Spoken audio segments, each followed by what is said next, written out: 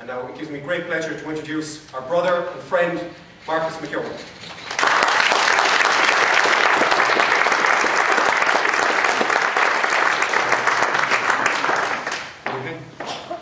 It's nice to be here. I'm hoping at some level we can make this short while together interactive. It's not all about me telling you. I would like at some point to hear from you what it is that you'd like to share. Please don't be afraid of the camera. They won't be interested in me. But please don't be afraid either of yourself and what you've got to say. What you have to contribute here is just as important as what I have to contribute. So we're here for one reason, as far as I'm concerned, and that's to learn. To begin to realize that things have not been what we thought they were. And the future doesn't have to be what we've been led to believe it's going to be. 2.5 years ago, I made a decision to stop paying the banks. Everything. Mortgage, credit cards, personal loans, overdrafts, everything. I stopped. I just said no more. And I said no more for 2 reasons. The first reason, I began to realize that something wasn't quite right. Something inside me spoke, and it spoke quite loudly. I didn't fully understand it. I didn't fully know what that voice was, what that inspiration was, but it spoke in a way that I couldn't ignore it. And secondly, because in the world I live and work, which is the world primarily of personal development, self-awareness, spiritual growth, and helping people to break through limiting beliefs, on a daily basis, I was experiencing people coming to me in dire condition, emotionally, dire condition psychologically, and dire condition spiritually. They were lost, frightened, wondering, and there was nowhere to get an answer. And most of their desperation was coming from the fact that their financial situation had changed significantly. And I was aware that for many of these people, the change was just another load that they had to carry in a world in Ireland that in the last 15 or 20 years had changed at a pace that many people don't have the capacity to cope with. And because of the emotional strain that I was experiencing, as I was with these people, I realized that I needed to do something more than just talk philosophy, or talk big picture, or motivate with concepts. I knew I had to do something practically. I had to find a practical way to help people through this challenge, this sense of powerlessness. So I began to really study and ask questions. I began to really encourage the people around me to ask questions and help me to learn. And what I found out truly, truly shocked. At one level. At another level, it simply enforced what I suspected anyway. And from that came this book, How the Banks Are Screwing You and What You Can Do About It. Last year, for 8 months, on a Monday evening, I held meetings in a hotel not too far from where I live. Every week, groups this size and more would come from all over the country. Simply to be present in a room where they were understood, where they didn't have to be afraid, and where there was potentially an answer that would help them to begin to believe that the future could be different than dark and frightening. And during those meetings, somebody, an ex-Fine Gael government minister, used to make himself comfortable at the back.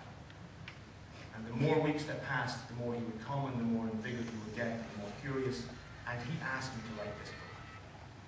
He said to me, you write it, I'll publish it, I'll pay for it, I'll endorse it, I'll support it, I'll put it on the national TV, I'll connect with the people I know. This information needs to go to the world. And I agreed to write the book. The day the book went to the printer phoned me and said, he did it wrong.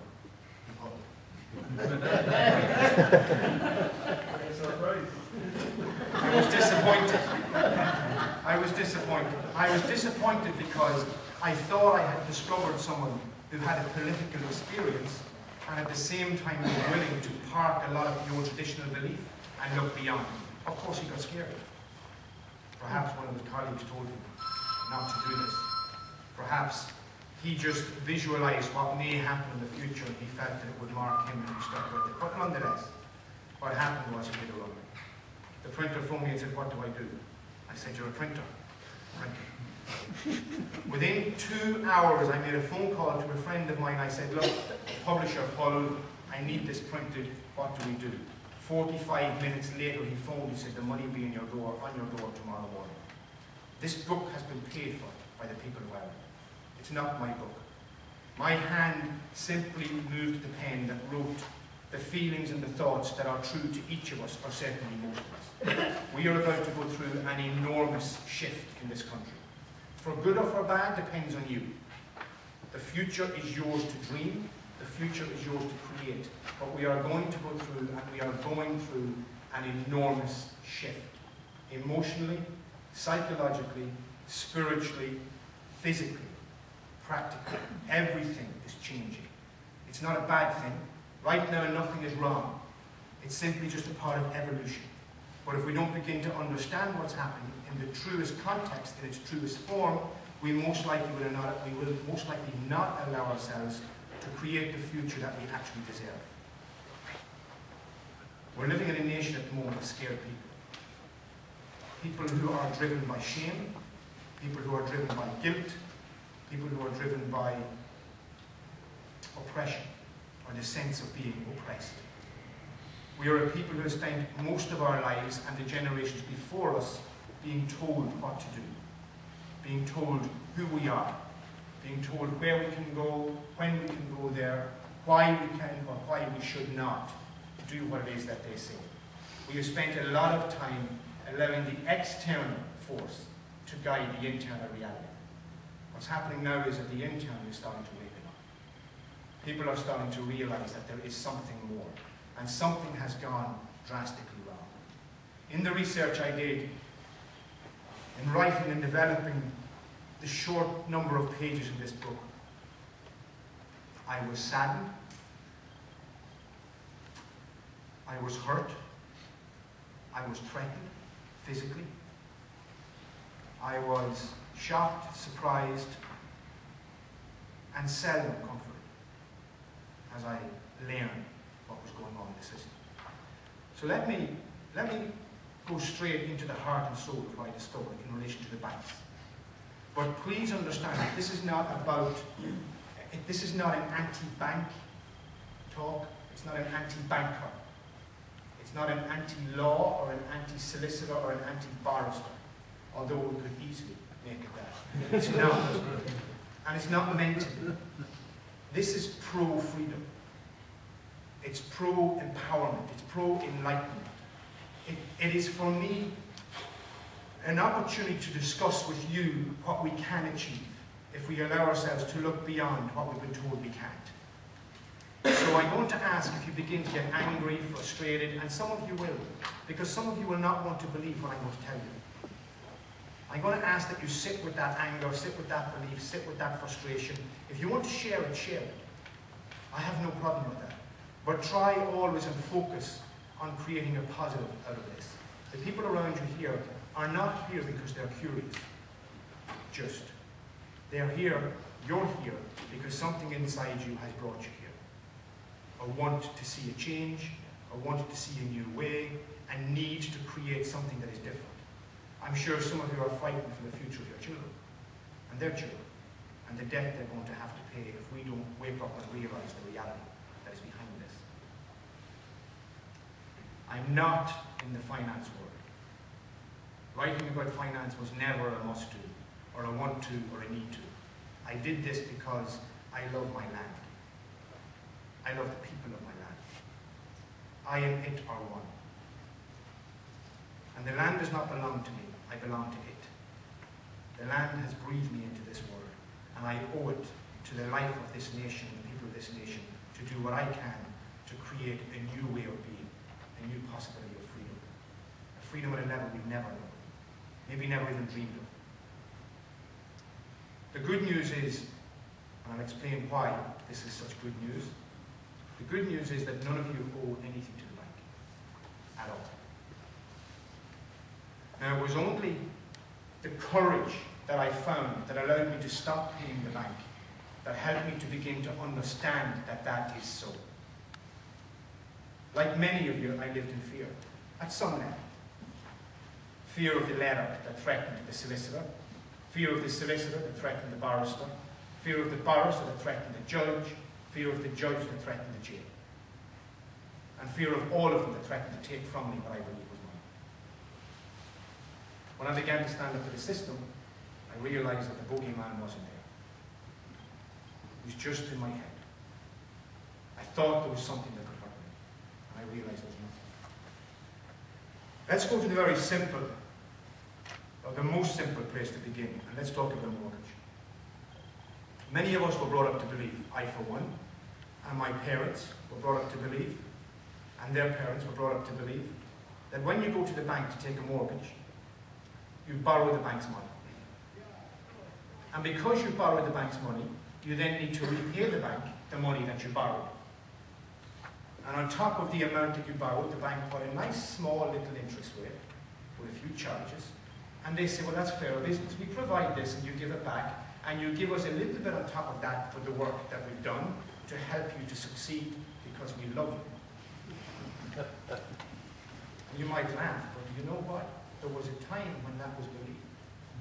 I know people who went in to get a mortgage from the bank 20, 25 years ago, nervous and afraid, and came out filled with gratitude to the bank manager, thinking he was wonderful, thanking him. I know someone who bought the bank manager's wife flowers and the bank manager wine because they were so pleased and so grateful, because the bank had the power. But what happens, in truth, is not that you borrow the bank's money. And how do we know that? We know that because we know the bank has no money. So how can you borrow money from a bank when there is no money there? How do we know there is no money? If we all go tomorrow morning and we say to the bank, give me all my money, and we all walk in at 10 o'clock, what happens at 10:15? Bank shut. The doors close. And the sign goes up saying, sorry, closed, no money. Yet there is still a very long queue of people who are thinking, how can that be? My money is there. So there is no money. There is no money today. There was no money yesterday. There will be no money tomorrow. And during the Celtic Tiger, there was no money. So what happened? Because what we know is you did not borrow money. What happens is very simple. You go into the bank and you begin to dance their dance, to their tune, according to the rules of the book that they wrote. Now remember this, you go into the bank to do business according to the rules that they wrote. We've never questioned them. Therefore we never realized what really was happening. We allowed it to be. A little bit like going to the doctor and just accepting that the prescription you get is correct and right. And you think that's my only option. We never stop to think, well, what else would the doctor do when you write a prescription? That's what he's there for. That's what she's there for. We never stop to realize we haven't been fully examined. We never stop to ask the question, is there an alternative to the drug? Just like the banks. We never stop to ask, why is it done like this? How does this work? So you go in and you say, hi, how are you? I'm here to buy a home. Can I have 300,000 euro, please? And they fill in what's known as an application form. And eventually, a number of years back, not now, but eventually you would most likely get a letter of acceptance and a letter of offer. Well, at that point, the illusion begins. You think you then borrow the money. What happens is you sign a form for the bank. Your signature, which is the nature of who you are, which is the true power you have. And I'll go into this in more detail in a moment. But if you, for example, give me a check and you don't sign it, and I go to the bank tomorrow and say, lodge this, the bank will say, no, we won't lodge it. And I say, why? And they say it's not signed. So what does that tell us about a signature? It's got mighty power. Without the signature, things have no value. So the power of the same signature, when it is put onto the loan application, creates the same reality. The loan application becomes a promissory note through the banking system. Eventually they end up with what is known as, in their